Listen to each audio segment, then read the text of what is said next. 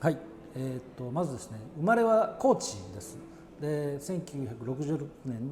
の昭和41年ですが、2月14日、高知生まれて、高校はですね、土佐高校というところ行って、で、大学はですね、実は滋賀大学に行く前に、私、あんまり都会が好きじゃなかったんで、まずですね、四国の中でいいと思ってたんで、香川大学に行って、でもそこでちょっとある勉強したくなって、でもう一回大学を受け直して滋賀大学に行って、2回目行ったんで、親がですねその時に反対はしないと。でも2回目の学費と入学金は払わないって言われてそれで大学時代はですね、そういう意味ではもうアルバイト三昧、まあでもいろんなものは僕興味があったんで、たくさん単位だけを取って成績が悪かったですもうなんかギリギリ合格ばっかりがたくさんあって、でも300単位ぐらい取ったの分かるんですけど、もうなんか倍ぐらい取った。もうね、自分でお金払うのもったいないんでいろいろ受けて、そんな大学生活でした。でもアルバイトは本当にいろんなのをやって、それはすごく良かったと思います。だから学生でしかできなかった経験がたくさんできたので、おすすめっていうか、もし時間あったらいろんな社会人になったらできないよね、アルバイトとかやるとすごくいいかなと思います。勉強は好きな勉強は最初はやってたんですけど、簿記1級までやったら、会計士になったんですね。でそのために移ったんですけど、でも、1級までやって、その後カンサロンを勉強したら、これを一生やるのはないかなと思って、それで結局やめたんですけど、でも他にもいろんなことだから、経済学部でしたけど法律が好きだったんで、法律のね、会社法とかもいっぱい取ったりとか、好きなものをいっぱい取って、でも成績は悪かったです本だけ読んで、なんかテストはあんまり勉強せずにいった、なんかそんな感じでしたね。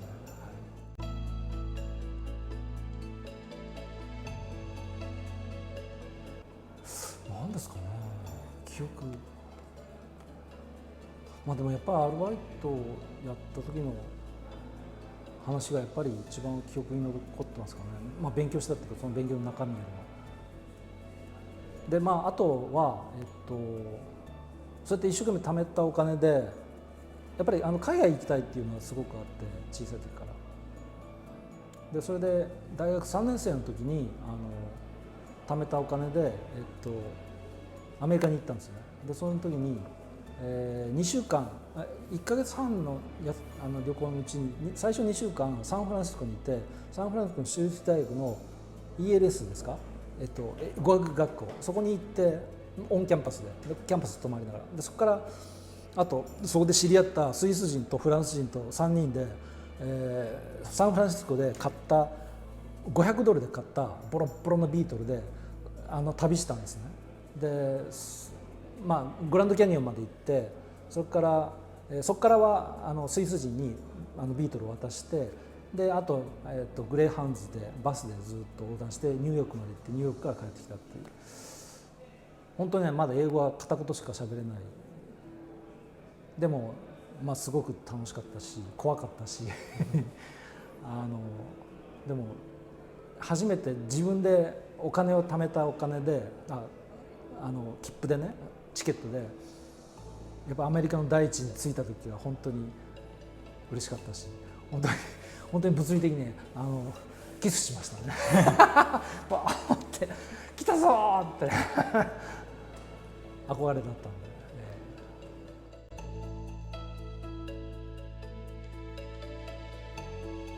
1990年に滋賀大を卒業して、ゼミの先生がですね、君は日本の会社当時終身雇用だったんで、その日本の会社で一緒に働くっていうのは無理だから、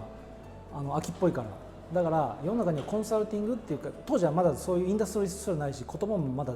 ほぼ誰も知らなかったんですけど、こんなインダストリーがあって、プロジェクトが変わるためにどんどん会社もインダストリーも変わる、同じインダストリーも会社が変わる、それだったら君でも勤められるからそれがいいんじゃないのって言われて、それはいいなと思って、で、いくつか、自分で調べて申し込み一番最初にした時に、大阪のアーサー・アンダーセン&カンパニーの大阪事務所で会社説明があったんですね。でその時にパートナーっていう、一番偉い人ですね、コンサルティング会社、その人が学生向けに、10人ぐらい集まってたんですかね。そこの人に会社説明をしたんですけど、当時はオーバーヘッドって言って、なんだろう、いやプロジェクターでもない、なんていうんですかね、映す資料、そういうプラスチックの字が書いてある、それを映す装置があるんですけど、それがあったんですけど、そのアーサー・アンダーセン&カンパニーについての説明、会社説明、パートナー雲野圭一って書いた紙を1枚もめくらなかったんですよ。だから会社の説明一切しなかったんですよね。会社説明ので自分の人生をずっと喋ったんですよ。でこのおっさん面白いと思ってこんな人と仕事ができるのはいいなと思って、であともう一切就職活動やめて、それで入りました。でこれがオーディットと税理とコンサルティングっていう部門があって、そのコンサルティング部門を受けて入社して、で入った年にですね、翌年ですねにそのコンサルティング会社がスプリットアウトして独立してアンダーセンコンサルティングやって、でそれが今のアクセンチャーになってます。で結局、20年間、業務コンサルから、チェンジマネジメントから、IT から、いろんな仕事をしたんですけど、たまたま、アサイメントですね、韓国を皮切りに海外の経験がたくさんできたんで、当時のアクセンチャーといえども結構英語で仕切って仕事を進められるぐらいの英語力がある人ってあんまりいなかったんで、それがたまたま良くて、いろんなグローバルの仕事をやらせてもらって、その経験もあって、アメリカとかドイツとか韓国、シンガポールとかでも、駐在っていうかプロジェクトもやったりして、そういうのもあって、あと経営の経験とかももっとしたいっていうのもあり、かつ海外のですね経営者とかといろいろ話すると、やっぱり日本の経営者とマインドセットが全然違うっていう、必要だったらリストラいくらでもやるし、1000人2000人平気で切る、人の心構わないと事業のためならとか成績のためならとか、そういうことっていくらでもやるし、嘘でもいくらでもつくっていう、マインドセットと強さってすごいなんだろうなって。でああいう人たちと対等とやっぱり議論できて、かつ人たちのマインドセットを、身につけるっていうか、分かる風になりたいと思って MBA に、挑戦して、シカゴ大学ですね MBA を、30歳過ぎですかねに行って、当時は娘が2人ちょうど生まれてちっちゃかったんですけど、それを置いて2人娘置いて、で、1人で単身で行って、で帰ってきて、パートナーになってですね、それからもう6年8年いて、で、やっぱりプロジェクトをやるとどうしても成功させたい、成功させるためにはコンサルティングってどうしても支援ばっかりなんで、支援だけだと最後まで見届けて会社を変えるっていうところまでいかないんですよ、なかなか。そういう意味でやっぱりそこまでやりたいと思ったんで、机の向こう側に行こうということで事業会社側に行って、でその時に、ちょっとご縁があって、ホヤという会社で、これはメガネガラスが有名ですけども、いろんなこういうハイテクのねパソコンなんかもそうですし、コンピューターなんかにも使われているいろんなガラスとかプラスチックをデザインした光学製品っていうのを扱ってて、それがすごく利益率が高いんですけど、そんな会社が、そこもそろそろ伸びなくなってきたから、利益率がもっといい医療の方に行きたいということで、パナソニックペンタックスっていう会社を買収して、で買収したんで、それをグローバルで、業務統合と IT 統合したいっていうので、それをやれる人っていうことで外から私が入って、でCIO という立場で5年間、当時はシンガポールにちょうど社長が引っ越しするって言ったんで、お前も来いって言われて、そのままついてって、で子供連れて、でそこで5年ぐらい過ごしました。で、それが終わった後ですね、その統合はうまくいったんで、2年ぐらいちょっと実は仕事を辞めてました。それはアクセンチュア辞める時にですね、実は私80歳までもう働こうって決めたんですね、ある理由があって。でちょうどその、ホヤ辞めた時がちょうど80まで働くとするとちょうど真ん中だったんで、その時に、結構タバコも吸ってたし、もう世界中飛び回ってたんで、睡眠のうち半分ぐらい飛行機の上みたいなそんな生活だったので、もう体もボロボロで体力も落ちて、ちょっと階段登ったら夫婦言って、で健康診断受けたら10個ぐらいエラーがあってバッテンが出るっていう、そんなんだったんで、これ体をちゃんとしないと80まで働けないと思ったので2年間辞めて会社を。でずっと家にいながら、週3ゴールドジムに行って、それから週3 10キロマラソンをするっていう、そういう生活を2年やって、でその間に娘たちと、娘は海外で育ったんで、シンガポールで、なので日本の地理とか歴史とか知らないから、週末とか夏休み冬休みとかに京都とか奈良とか、吉野へ連れて行ったり出雲山行ったり高千穂行ったりとかって言って、いろいろこうそういうのを教えたりしながら、かつもう一つは大学にね、多分海外に行っちゃうんでキャンパスビジットしようって言って、ヨーロッパとかアジアの大学を娘連れてずっと回ったりっていう2年間を過ごして、でその後、無事2人ともイギリスに留学したんで、もう一回美術仕事を戻ろうっていうんで、日産の子会社パーツの会社ですね、それをプライベートエクビティのファンド会社が買ったんで、そこを再生するからっていうんでそこに入って、でそこはですね、すごくビジネスがすごく緩くなってたんで、そこをこうコスト削減することを目標に3年ぐらいで、アウトソースとかいろんなディールを作って、でそれで大体何百億かのコスト削減してって、そういう仕事をしました。でその時は本当に欧米流のターンアウトターンオーバーっていうか、それの仕方をコンサルとかを使って本当に短期でやるっていう、そういうトランジションっていうのを勉強したんですけど、いずれにしてもあんまりやりたい仕事じゃなかったので本来は。でそれからあと、3年後にですね、今のアサヒグループに入りました。今は情報システムと、あとグローバリゼーションを進めるためのというのと、あと今の組織自身を次の世代10年後20年後にもちゃんとこれがうまく働けるような働き方とか組織の在り方とか、そういったことも含めたトランスフォーメーションっていうなので、情報システムとインテグレーショングローバリゼーションと、それからトランスフォーメーションと、この3つをやるための、役員ということで、今ちょうど2年半3年弱ですね、朝日にいます。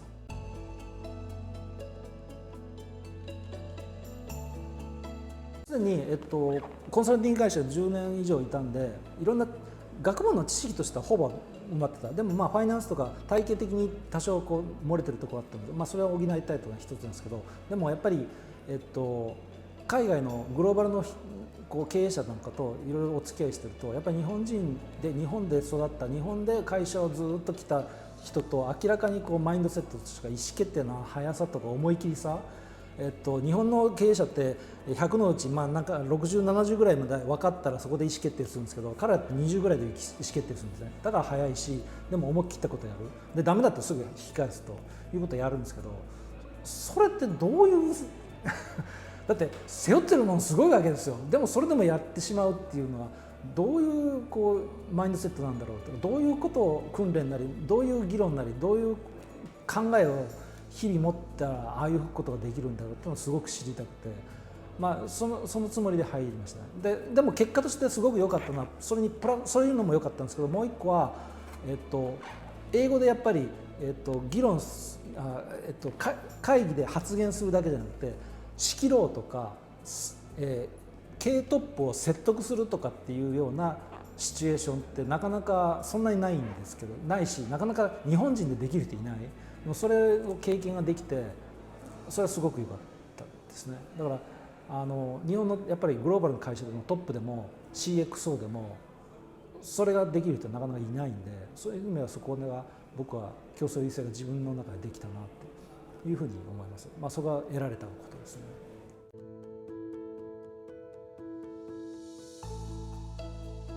はい、最初はですね、韓国に赴任されて、その時は本当に英語も全然できなかったので、英語を毎日勉強しながら、コンサルティング仕事で、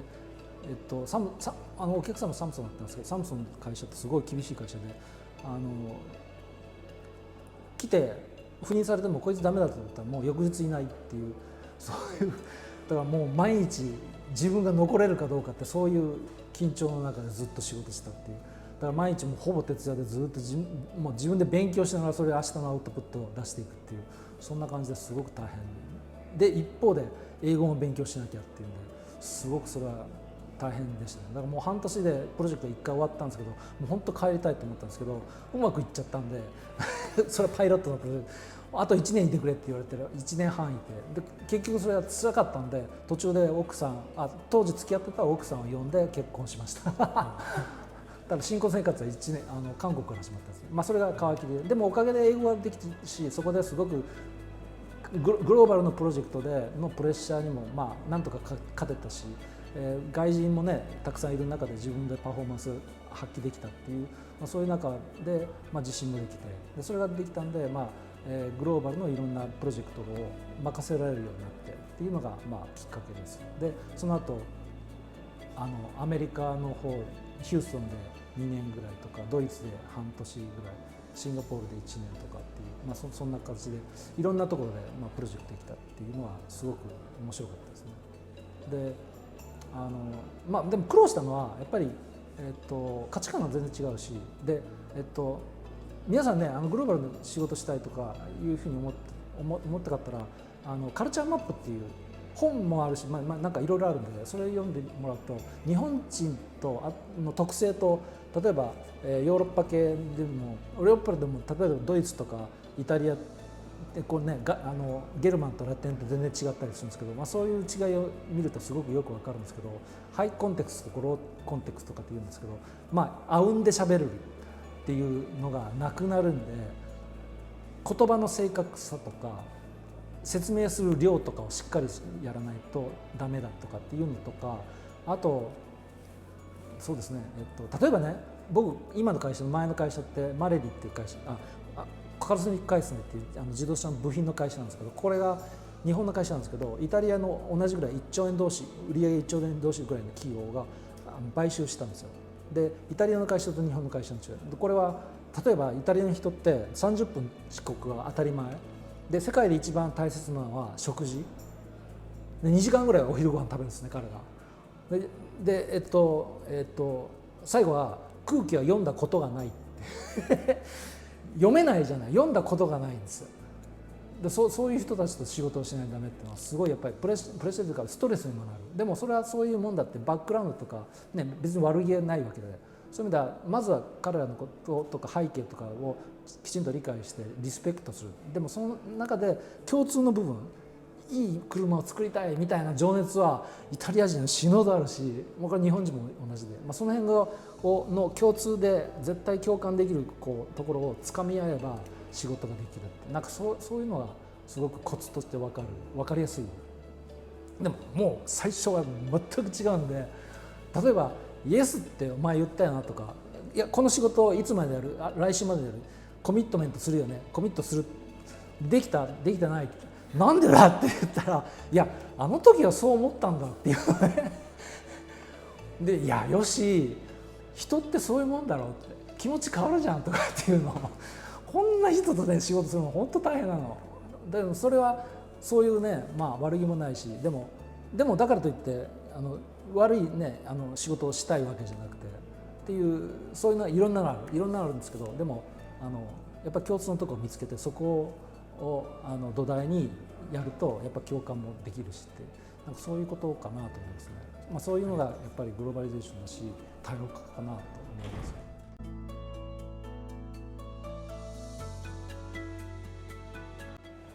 はい、世界広いといや本当に広い。もう僕は今でもそう思ったんですけど、世界のね果てをまだ見たいと思ってる。果てっていうのは物理的にもそうだし、人もそうだし、タレントもそうだし、考え方とか歴史とかも含めて、そういう意味で言うとそれはそれで違うものがたくさん見れるし、楽しいと思います。で、別に、それをねなんかやっていくと収入はねついてくるんであんまりそれは考えない方がいい、考えなくてもいいのかなと思うし、なんかそういうのができると多分僕思うんですけど、お金いっぱいあってもね、僕ねアクセンチャーパートナーやってたじゃないですか。で卒業っていうかパートナーになった人ってもう数億もらえるんですね。でそういう人ってもう辞めちゃって悠々自適でゴルフやってる人たくさんいるんですけど、幸せかっていうとそうかなって思うんですよ。でも僕はいろんな仕事してていろいろたくさんいろんな友達ができてるんで、その友達がいる限りは僕はすごく幸せなんで、世界中どこ行ってもね、フェイスブックって今日今シカゴにいるんだけどってやったらシカゴに友達がいるとかイタリアにも友達がいるとか、そうするとねやっぱりすごく豊かであれるなって思います。そういう意味では世界で行くっていうのはそういうことかなっていうふうに思います